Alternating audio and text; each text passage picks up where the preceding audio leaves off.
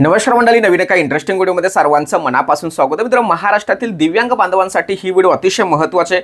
मित्रांनो, तुकाराम मुंडे साहेब यांच्या प्रयत्नातून राज्य सरकार आणि प्रशासनाच्या माध्यमातून दिव्यांग बांधवांसाठी सेपरेट म्हणजे यापूर्वी आतापर्यंत असा निधी कधीच मंजूर झाला नव्हता, तसा निधी या ठिकाणी मंजूर झालाय आणि त्या निधीला महाराष्ट्र राज्य दिव्यांग निधी म्हणून ओळखलं जाणार आहे आणि यामध्ये तब्बल 20 कोटी रुपये मंजूर करण्यात आलेला आहे। या व्हिडिओमध्ये आपण हा जो 20 कोटी रुपये मंजूर करण्यात आलेला निधी कशासाठी वापरला जाणार आहे आणि तो निधी का मंजूर केलाय याविषयी संपूर्ण सविस्तर माहिती या व्हिडिओमध्ये आपण जाणून घेणार आहोत। परंतु मित्रांनो, व्हिडिओला सुरुवात करण्यापूर्वी सर्व दिव्यांग बांधवांना एक हात जोडून विनंती असेल की मित्रांनो, आता लवकरच आपले 1.5 लाख सबस्क्रायबर सदस्य आपण पूर्ण करतोय। एक 500 ते 600 सबस्क्रायबर बाकी आहेत।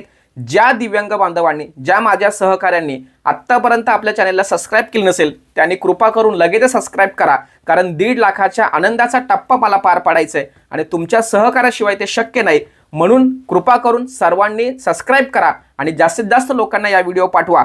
तर हे 20 कोटी रुपये जे मंजूर झाले ते का आणि त्याचा वापर कुठे केला जाणार याविषयी संपूर्ण सविस्तर माहिती आता जाणून घेऊया। मित्रांनो, महाराष्ट्र शासनाच्या अधिकृत वेब पेजवरती ही अधिकृत माहिती या ठिकाणी आलेली आहे आणि या ठिकाणी बघा, राज्यातील दिव्यांग व्यक्तींच्या सक्षमीकरणासाठी शासनाने धोरणात्मक निर्णय घेत महाराष्ट्र राज्य दिव्यांग निधी स्थापन करण्यास मंजुरी दिली असून या निधीसाठी प्रारंभी म्हणजे सुरुवातीला 20 कोटी रुपयाची तरतूद करण्यात आलेली आहे। या निधीमुळे दिव्यांगांच्या हक्काधारित सर्वसमावेशक आणि परिणामकारक सक्षमीकरणाला आर्थिक पाठबळ मिळणार असल्याची दिव्यांग सक्षमीकरण विभागाचे सचिव तुकाराम मुंडे साहेब यांनी या ठिकाणी सांगितलेले आहे।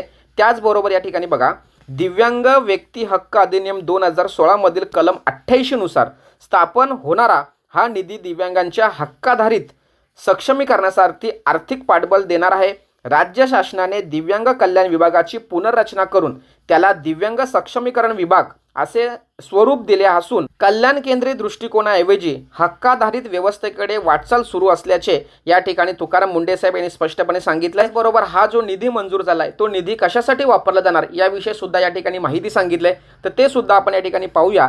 राज्य निधीच्या माध्यमातून नियमित योजनांच्या चौकटीत न बसणारे किंवा निधी अभावी अपूर्ण राहिलेले उपक्रम राबवण्यास म्हणजे योजनांच्या पलीकडे जाऊन ज्या काही उपक्रम असतील, योजना असतील, सेवा असतील त्या राहिलेल्या आहेत ते प्राधान्याने राबवण्यास आणि त्याला प्राधान्य देऊन ते पूर्ण करण्यास या ठिकाणी भर दिला जाणार आहे। आणि पुनर्वसन, रोजगार, उपजीविका, कौशल्य विकास, शिक्षण, आरोग्य सेवा, सहाय्यक साधनांची उपलब्धता तसेच सामुदायिक समावेशक विकास या क्षेत्रावर विशेष लक्ष केंद्रित करण्यात येणार आहे। यासाठी राज्य शासनाकडून 20 कोटी रुपयाची प्रारंभिक तरतूद करण्यात आली आहे। याशिवाय व्यावसायिक सामाजिक दायित्व लक्षात घेऊन या ठिकाणी जो काही CSR फंड असतो, देणग्या असतो, अनुदान तसेच इतर विविध स्रोतांमधून प्राप्त होणारा निधीही या निधीमध्ये समाविष्ट केला जाणार आहे। विशेषतः CSRच्या माध्यमातून अतिरिक्त निधी उभारण्यावर या ठिकाणी विभाग भर देणार आहे, अशा पद्धतीची माहिती या ठिकाणी स्पष्टपणे सांगण्यात आलेली आहे। तर मित्रांनो, अशा पद्धतीने महाराष्ट्र शासनाने, प्रशासनाने महाराष्ट्र राज्य दिव्यांग निधी म्हणून मंजूर करण्यात आलेला आहे आणि हा 20 कोटी रुपयाचा निधी कोणकोणत्या योजनांसाठी, कोणकोणत्या सेवांसाठी, कोणकोणत्या उपक्रमांसाठी वापरला जाणार याविषयी सविस्तर माहिती आपण देणार। जसं जसं प्रशासन विभाग हा निधीची विभागणी करून याचा बेनिफिट दिव्यांगांना चालू करेल तशी तशी माहिती आपण तुम्हाला देणार। त्यामुळे ही व्हिडिओ सर्वांना शेअर करा। भेटूया पुढील व्हिडिओसह, तोपर्यंत धन्यवाद। जय हिंद, जय महाराष्ट्र।